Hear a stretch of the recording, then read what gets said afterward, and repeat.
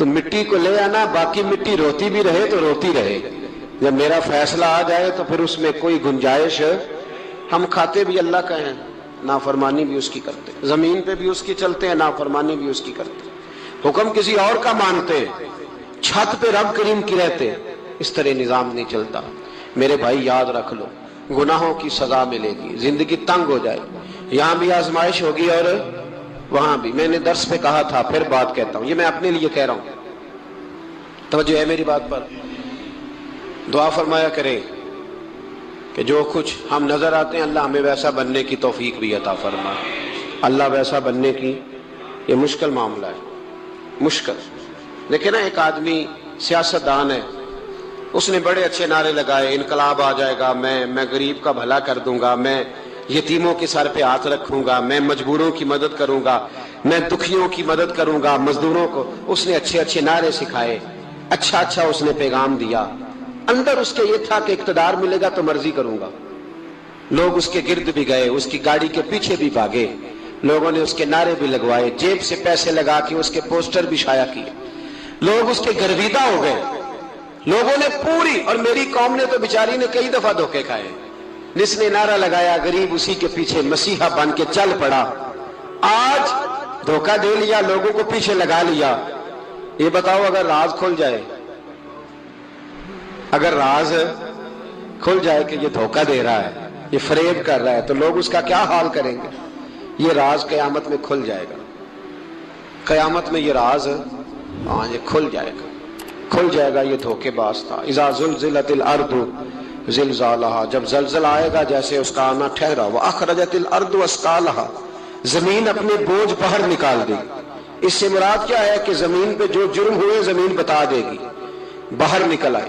وقال الانسان ما لہا، انسان کہے گا اسے کیا ہوا، یہ تو سب کچھ بتا رہی، بوجھ باہر نکال دے گی۔ ایک آدمی پیر طریقت بن کے بیٹھ گیا، جبہ کبا پہن کے، بڑی پگڑی باندھ کے بیٹھ گیا، اچھی اچھی نیک باتیں بتانے لگا، لوگ اس کی دست بوسی کرنے لگے، ہاتھ چومنے لگے، پیچھے لگ گئے، خدمت کرنے لگے، جیب سے نذرانہ دینے لگے، اس کے نام پر لوگ اپنی جیب سے لنگر پکانے لگے، خانقاہ کی خدمت ہونے لگی، مہمان اس کے آتے، نوکری کوئی اور کرتا۔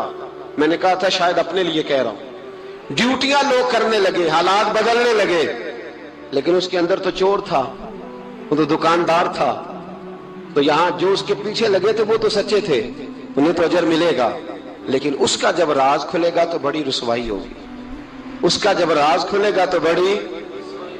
ایک میری طرح کا دیندار تھا، جو چہرے کا تو نیک تھا، اندر پتہ نہیں کیا کچھ تھا، ایک طوائف گزر رہی تھی، اس نے اس کو تبلیغ کر دی، کہنے لگا بس کر دے، سیانی بن جا۔ تو کسی دانشور میں لکھا ہے اس نے بڑا سخت جواب دیا، اس عورت نے، کہنے لگی بابا میں تو جو ہوں وہ نظر بھی آ رہی ہوں، تو بتا جو تو نظر آتا ہے وہ تو ہے کہ نہیں؟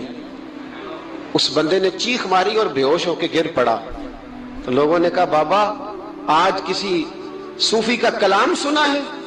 جو بے ہوش ہو گیا تو اس نے کہا نہیں، آج طوائف کی بات سنی ہے، طوائف کی۔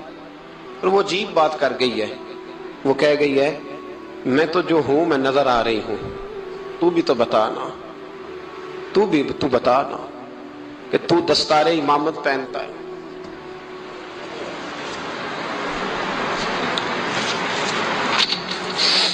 تو بتا، تو جو کہلاتا ہے تو وہ ہے کہ نہیں؟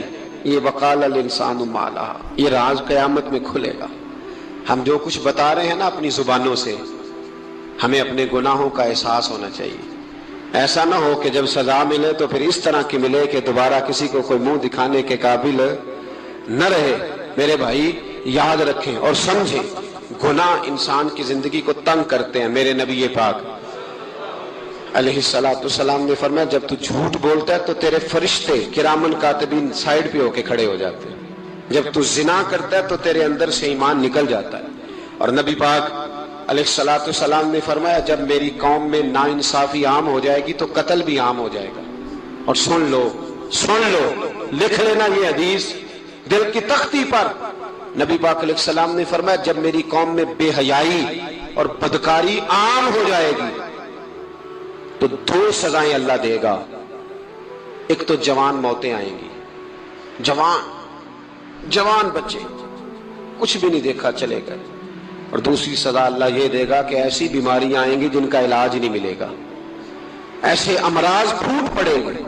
اگرچہ میں آپ کو ایسی تقریر بھی سنا سکتا تھا جس پہ آپ بہت زیادہ محظوظ ہوتے، پر میں نے اس جمعے میں ایسا موضوع چنا ہے جس کا ہمیں خاص ضرورت ہے۔ بھائی دیکھیں تو صحیح، کہیں ایسا تو نہیں کہ ہم ان عیبوں میں مبتلا ہیں۔ میرے نبی کریم علیہ السلام نے فرمایا جب تم نیکی کا حکم دینا اور برائی سے منع کرنا چھوڑ دو گے، پھر اللہ تم پر ظالم حکمران مسلط کرے گا۔ اور اگلے لفظ اس سے بھی زیادہ سخت ہیں، محبوب فرمانے لگے پھر تمہاری نیک لوگ دعائیں بھی کریں گے تو اللہ وقتی طور پر ان کی دعاؤں کو بھی قبول نہیں فرمائے گا، اس لیے کہ تم لوگوں نے نیکی کا حکم دینا اور بھلائی سے روکنا چھوڑ دیا۔ عزیزو یاد رکھو، جب گناہ عام ہوتے تو پھر حالات بدلتے اور لوگوں کو سزا ملتی ہے ان کے گناہوں کی، بلکہ یہاں تک لکھا ہے کہ نیت خراب ہو تو سزا شروع ہو جاتی ہے۔ کیا خراب ہو؟ بولیے گا۔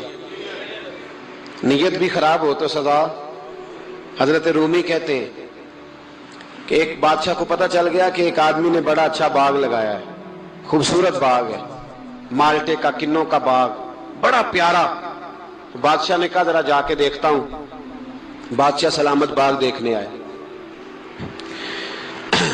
تو اب وہ مزدور آدمی تھا، عام آدمی تھا جس نے باغ لگایا، کسان تھا، اس کو کہا کہ چند کنوں توڑ کے لایا تو بڑے پیارے لگے، ایک دو اور لایا، کھائے، بڑے میٹھے، بڑے پیارے، بڑے توانا، بڑا مزہ آیا۔ تو بادشاہ کے دل میں خیال آیا کہ اس پہ قبضہ نہ کر لوں باغ پہ۔ ہمارے ہاں نا کرائے پہ دکان دیتا نا مالک، تو جب کسی غریب کی چل جاتی ہے کہتا ہے تو خالی کر، میں نے خود ڈال لی ہے، چل گئی نا اس کی۔ حالانکہ رزق اپنے اپنے نصیب کا ہے، رزق اپنے اپنے نصیب کا ہے، جس کو اللہ تعالیٰ چاہتا ہے عطا کرتا ہے۔ تو اس کو کہا کہ اور توڑ کے لا، اور دل میں خیال ہے کہ یار اتنا اچھا باغ ہے، قبضہ کر لیتے ہیں، ہماری حکومتیں قبضہ کر لیتی ہیں کہ جو چیز اچھی لگ جائے۔ اب وہ کسان دو تین کنوں توڑ کے لایا، اس نے کھائے تو کھٹے نکلے، ترش تھے۔ کہنے لگا تجھے کیا ہو گیا ہے؟ تو بندہ بڑا صاحب دل تھا، کہنے لگا میں تو ٹھیک ہوں، آپ اپنی نیت سے پوچھیں کہیں خراب تو نہیں ہو گئی۔ تو کنوں میں بھی اس کا اثر آ گیا ہے، اپنی نیتیں بگڑ جائیں نا، نیتیں۔ اب ایک بات کہنے لگا ہوں، غور سے سننا، جب تک دو بھائی اکٹھے کاروبار کرتے ہیں نیت ہوتی ہے کہ ہمارا گھر چلے گا، تب تک اللہ برکت دیتا ہے، اور جب اپنی اپنی جیبیں سمیٹنے لگ جاتے ہیں نا کہ یہ میرا 5,000 ہے، آج میں گیا تھا اگرائی کرنے، یہ میرا 10,000 ہے، آج میں نے محنت زیادہ کی، جب وہ ٹٹولنے لگتے ہیں پھر اس دکان سے بھی برکت اٹھ جاتی ہے، پھر وہاں سے بھی برکت چلی جاتی ہے۔ فَإِنَّ لَهُ مَعِيشَةً ضَنْكَ، فرمایا جب تو میں منہ پھیر لیتا ہے پھر تیری زندگی اللہ تنگ کر دے، پھر وہاں سے بھی برکت، خوبصورتی، اثر اٹھ جاتا۔ ایک بچہ آ گیا، یتیم بچہ، اس نے آ کے عرض کی حضور 3 گھر میں افراد ہیں، میں، میری بہن اور میری بیوہ ماں، والد حضور چلے گئے اور آج نا 3 دن ہو گئے روٹی کوئی نہیں کھائی۔ میں اس منظر کو بھی جانتا ہوں کہ جب یتیم گھر میں اکٹھے بیٹھے ہوتے ہیں اور پتہ ہوتا ہے ان کو کہ ہماری اماں کے پاس آج پیسے کوئی نہیں اور گھر میں روٹی بھی کوئی نہیں، تو پھر ان کو بھوک ہی نہیں لگتی۔ ہاں نہیں لگتی۔ اماں پوچھتی ہے پتر روٹی کھانی ہے؟ نہیں میں تو سویرے جو کھایا تھا وہ ہضم ہی نہیں ہوا، اماں جی شاہی کوئی نہیں۔ یہ پردے اس طرح کر کے بچائے جاتے ہیں، ایک دوسرے کو تسلیاں دینا، ایک دوسرے سے پیار کا بڑھ جانا، ایک دوسرے کے لیے جذبات اور طرح کے بن جانا، حکمت الہی کے تقاضے ہوتے ہیں۔ یا رسول اللہ صلی اللہ تعالیٰ علیہ وسلم، بیوہ ماں ہے، یتیم بہن ہے، 3 دن سے کھایا کچھ نہیں، قربان جائیں۔ وہ گھر جہاں سے کائنات کھاتی ہے ساری۔ حضور نے فرمایا بلال جا کے ساری ازواج مطہرات سے پوچھ گھر میں کیا ہے۔ حضرت بلال کہتے ہیں میں سارے گھاری پوچھ آیا، ٹٹول آیا، ٹوٹل 21 کھجوریں نکلی۔ یہ 2 جہاں کے شاہ ہیں اور پاس کچھ رکھتے نہیں، 2 جہاں کی نعمتیں ہیں، ان کے خالی ہاتھ میں حضور کے سارے گھر کو میں ڈھونڈ 21 کھجوریں نکلی تو لا کے میں نے پیش کر دی، تو حضور نے ڈائریکٹ اس کو نہیں دی، نبی پاک نے اپنے ہاتھ پہ رکھ لی۔ اور کہتے ہیں پھر حضور نے نا اپنا منہ مبارک قریب کیا کھجوروں کی. صحابہ خود فرماتے ہیں کہ یہ جو حضور نے منہ مبارک قریب کیا ہے نا تو نبی پاک برکت کی دعا کر رہے تھے. 21 کھجوروں پہ برکت کی دعا ہوئی. حضور نے اس بچے کو بلایا, تھپکی دی, فرمایا لے جا 7 تیری 7 تیری بہن کی. انہیں معمولی نہ سمجھنا ہو تو حضرت بلال کہتے ہیں حضور 3 بھی دے دینا کبھی تو 30 سال ختم ہی نہیں ہوتی. 30 سال گزر جاتے ہیں, نکالتے رہو کھاتے رہو, ختم ہی نہیں ہوتی. حضور نے فرمایا 7 تیری, 7 تیری بہن کی, 7 تیری والدہ کی, اور 7 حضور نے اور بھی تلقین فرمائی. فرمایا ایک سویرے کھایا کرنا, ایک شام کو کھایا کرنا. یہ لے جا. حضرت سیدنا بلال حبشی کہتے ہیں رضی اللہ تعالیٰ عنہ کہ بچہ لے کے جب باہر نکلا تو حضرت سیدنا معاذ ابن جبل دوڑ کے گئے اور جا کے بچے کے سر پہ شفقت سے ہاتھ پھیرا. کا فکر نہ کرنا, رب کریم تجھے بہترین سرپرست عطا کرے گا, پتر پریشان نہ ہونا, اللہ تیری مدد کرے گا. صرف حوصلہ دیا, سر پہ دست شفقت پھیرا. بچہ چلا گیا تو حضور نے فرمایا معاذ ادھر آؤ نا ذرا. یا رسول اللہ حکم ہو. فرمایا کس چیز نے تمہیں اٹھایا بچے کے سر پہ ہاتھ رکھنے کے لیے؟ کس نے تمہیں کہا؟ کس چیز نے تمہیں اٹھایا جو تم بچے تک پہنچ گئے؟ عرض کی یا رسول اللہ وہ جو میرے دل میں اللہ نے یتیم کے لیے رحمت رکھی ہے نا, اس نے مجھے اٹھایا تھا. اور میں نے جا کے اس کے سر پہ دست شفقت پھیرا تو حضور فرمانے لگے سن پھر, جو کسی یتیم کے سر پہ خالی ہاتھ بھی پھیر دے, جتنے بال اس کے ہاتھ کے نیچے آئیں گے نا, رب اتنی خطائیں معاف کرے گا, اتنی نیکیاں دے گا, اتنے درجے اس کے بلند کر دے گا. خالی دست شفقت ہی پھیر دے. دینا دلانا تو بعد کی بات ہے, اس کا خیال رکھنا تو. یہ جو ہمارے مدارس ہیں نا, ان میں اکثر بچے غریب ہوتے ہیں, لیکن کچھ بچے تگڑے گھروں کے بھی ہوتے ہیں, مالدار گھروں کے بھی ہوتے ہیں. اس میں اگر کوئی ایسا بچہ آ بھی جاتا ہے نا جو یتیم ہے, کمزور ہے, تو وہ اپنے آپ کو محسوس نہیں کرتا کمزور, کیونکہ وہ یہ نہیں سمجھتا کہ میں یتیم خانے میں آیا ہوں. اس کے ذہن میں مائنڈ سیٹ یہ ہوتا ہے کہ میں مدرسے میں آیا ہوں اور میں پڑھنے کے لیے آیا ہوں. اور چونکہ وہ کچھ وزادار بچے, مالدار بچوں کے ساتھ وقت گزارتا ہے, اسی دسترخوان پہ بیٹھ کے کھاتا ہے, اسی کلاس میں سب کے ساتھ بیٹھ کے پڑھتا ہے, تو اس کی عزت نفس مجروح ہونے کی بجائے طاقت پکڑتی. وہ برابری کی سطح پہ جب آتا ہے تو اسے محسوس ہوتا ہے کہ مجھے عزت دی جا رہی. اس لیے مدارس اسلامیہ میری نظر سب سے مضبوط جگہ ہیں جہاں مساکین کی, یتیموں کی, غریبوں کی صحیح معنوں میں کفالت بھی ہوتی ہے, تعلیم بھی ہوتی ہے, عزت بھی ہوتی ہے, تربیت بھی ہوتی ہے. میرے رسول کریم علیہ السلام بڑے انہماک کے ساتھ, بڑے توجہ کے ساتھ. اچھا ایک کام اور ہوتا ہے ہمارے ہاں, وہ کیا ہے؟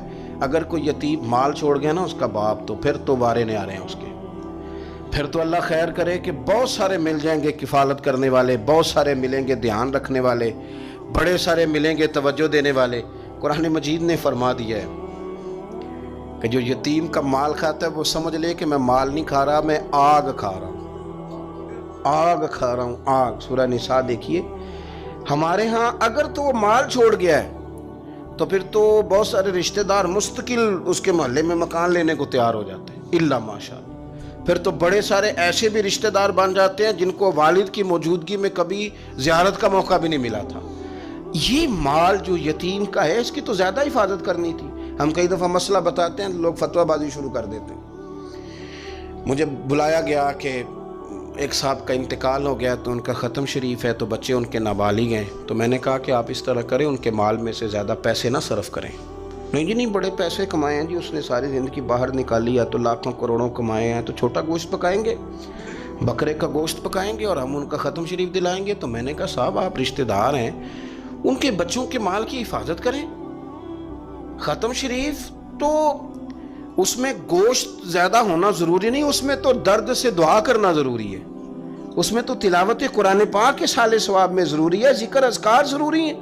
لیکن کیا کیا جاتا ہے کہ بے دریغ مال ان کا اگر ہو تو, ایک حدیث پاک ہے بخاری مسلم میں, بڑے غور سے سنیے گا, اور اس کے اندر جتنے پہلو ہیں ان پر پوری توجہ دیجئے گا کہ کہیں ہم ادھر آ تو نہیں گئے. رسول پاک صلی اللہ علیہ وسلم نا ہمارے لیے سب سے بڑے حکیم ہیں, سب سے زیادہ حکمت حضور نے ہمیں بتلائی ہے کہ اس رستے چلو گے تو بچو گے, اس رستے جاؤ گے تو ہلاک ہو جاؤ گے. نبی کریم علیہ السلام نے فرمایا، بخاری مسلم ہے، فرمایا 7 ہلاک کرنے والی چیزوں سے بچنا، اگر ان میں تم چلے گئے تو ہلاک ہو جاؤ گے۔ 7 چیزیں ہیں جو تمہیں ہلاک کر دیں، برباد ہو جاؤ گے، تباہ ہو جاؤ گے، ہلاکت کا سفر ہے یہ، 7 چیزوں سے بچو۔ یا رسول اللہ صلی اللہ علیہ وسلم وہ کون کون سی؟ تو حضور نے فرمایا اللہ کے ساتھ شریک نہ کرنا، ہلاک ہو جاؤ گے۔ دوسرا نبی پاک صلی اللہ علیہ وسلم نے فرمایا جادو نہ کرنا، ہلاک ہو جاؤ گے، ہلاک۔ اور یار جسے حضور فرما رہے ہیں ہلاک ہو جائیں گے، وہ بچے گا؟ نبی پاک صلی اللہ علیہ وسلم نے تیسرے نمبر پر فرمایا جس شخص کے قتل کرنے کو اللہ نے حرام قرار دیا ہے اسے قتل نہ کرنا، ہلاک ہو جاؤ۔ چوتھے نمبر پر رسول پاک علیہ السلام نے فرمایا سود نہ کبھی بھی کھانا، ہلاک ہو جاؤ گے، ہلاک۔ بڑی بڑی دلیلیں دی بینک والوں نے، بڑا سمجھایا تو حاجی صاحب مان گئے، محترم مان گئے، کہنے لگے نہیں جی نہیں، وہ کاروبار میں لگاتے ہیں۔ بڑے بھولے والے ہیں ہم، پتہ سارا ہے۔ اور دیکھو سب کاموں کے باوجود مستقل بینکوں میں پیسے اس اکاؤنٹ میں رکھے ہوئے ہیں جہاں سے مستقل سود آتا ہے۔ حضور نے فرمایا نہ کرنا یہ کام۔ تو کہتا ہے میں سود پہ پیسے لے کے کاروبار چمکاؤں گا، تیرے نبی پاک نے تو فرمایا تو ہلاک ہو جائے گا۔ تو کہتا ہے میں میل لگاؤں گا، حضور نے تو فرمایا ہلاکت ہے۔ تو کہتا ہے میں بڑا کچھ کر جاؤں گا تو ہلاکت ہے۔ اچھی طرح سمجھ لیں، اصل مال بھی ضائع ہو جاتا ہے اس بندے کا جو سود کا مال ملا لیتا ہے، اصل برکت بھی اڑ جاتی۔ اور میرے نبی پاک صلی اللہ علیہ وسلم نے 5ویں نمبر پہ فرمایا یتیم کا مال نہ کھانا، ہلاک ہو جاؤ گے، نہ کھانا ان کا مال، یہ کروڑوں ہو، اربوں ہو یا 10 روپے ہو، یتیم کا پیسہ نہ کھا جانا، ہلاک ہو جاؤ گے، ہلاکت تمہیں آ لے گی۔ اور پھر 6 نمبر پر نبی پاک علیہ السلام نے فرمایا کفر سے جہاد ہو رہا ہو تو کبھی پیٹ پھیر کے بھاگنا نہ، ہلاک ہو جاؤ گے۔ اور 7ویں نمبر پر اللہ کے رسول نے فرمایا بے قصور اور بے گناہ عورت پر تہمت نہ لگانا، بلا وجہ بہو کے کھاتے نہ کچھ ڈال دینا، بلا وجہ بھابھی اور بیوی اور کسی بھی خاتون پر کوئی الزام بے قصور عورت پر بہتان نہ لگانا۔ مار مار کے ایک شخص نے بحال کر دیا بیوی کو، اور بعد میں پتا چلا کہ جی مجھے شک ہے تویز کراتی ہے۔ کیا آپ کی سوچ ہے؟ مسلمان اللہ کو ماننے والا اور اس باتوں پر الزام لگائے گا تویز کرا کے لاتی؟ بے قصور عورت پر بہتان، یہ ایک تو بات ہے اسے مارنا، اور ایک یہ ہے کہ کوئی تکلیف دینا، اور ایک خالی اتنی بات کی کہ بہتان بھی نہ لگانا، اس پر الزام نہ لگانا، یعنی تم نے صرف بے قصور عورت پر الزام ہی لگایا تو حضور فرماتے ہیں ہلاک ہو جاؤ۔ یہ ہلاکت والا کام ہے، لیکن ہم بغیر سوچے سمجھے کہہ دیتے ہیں اس نے کہا ہے، اس نے کیا ہے، یہ کرتی ہے، یہ کام نہیں کریں۔ یہ 7 وہ چیزیں ہیں جو ہلاک کر دیں گی۔ نبی پاک صلی اللہ تعالیٰ علیہ وآلہ وسلم فرماتے ہیں میں نا جنت کا دروازہ کھولوں گا تو ایک عورت کو نا میں سبقت لے جاتے ہوئے دیکھوں گا، یعنی وہ جلدی سے جنت میں داخل ہو رہی۔ یا بعض شارحین کہتے ہیں کہ حضور داخل ہوتے ہی سب سے پہلے اس کا چہرہ دیکھیں گے، حضور فرمائیں گے تو پہلے ہی آ گئی بی بی جنت میں، حضور نے دروازہ کھولا تو جلدی سے نظر آئی، تو پہلے آ گئی۔ سب نے لکھا ہے کہ اس عورت کی شان یہ ہے کہ سب سے پہلے جنت میں گئی۔ میں نے حدیث پڑھی تو میں نے نیچے حاشیے میں لکھا، میں نے کہا میرا خیال یہ ہے کہ اس کی زیادہ شان یہ ہے کہ جنت میں اس کی سب سے پہلی ملاقات مدینے والے محبوب سے ہو گئی۔ یہ دیکھو کتنی بڑی شان۔ حضور فرمانے لگے تو کیسے پہلے ہی آ گئی، کون ہے تو؟ وہ کہنے لگی حضور میں بیوہ ہوں، میرے بچے یتیم تھے، میں نے ان کی خاطر نہ بیٹھی رہی، میں نے نکاح نہیں کیا، میں نے ان یتیموں کی پرورش کی، بیوہ بن کے زندگی گزار دی، ان یتیموں کے لیے بیٹھی رہی۔ اس کو جائز ہے، یہ کر سکتی تھی، لیکن اس نے سوچا کہ میں ان کی نگہبانی یتیموں کے لیے بیٹھی رہی۔ آج شان یہ ہے کہ مدینے والے کے لیے جب دروازہ کھلا ہے تو اس بی بی کو بھی رب کریم نے فوراً ہی جنت عطا فرما دی، یہ سب سے پہلے گئی۔ میں نے دیکھی ہیں ایسی عورتیں 23 سال میں بیوہ ہوئی پر عمر بچوں کے نام کر دی، اسے پتہ تھا کہ کل کو جب یہ بڑے ہوں گے تو یہ اپنے کمرے کا دروازہ بند کر لیں گے، یہ نہیں پوچھیں گے کہ اماں سوئی ہے کہ جاگ رہی ہے، ان کا آنا جانا الگ سے ہو جائے گا، ان کے تعلقات اپنے ہو جائیں گے، پر یہ بیٹھی رہی، یہ بیٹھی رہی۔ اس نے بچوں کو وقت دیا تو بچے تو کیا اس کو صلہ دیتے تھے، رب نے یہ صلہ دیا ہے کہ سب سے پہلے اسے جنت میں داخلہ عطا فرمایا۔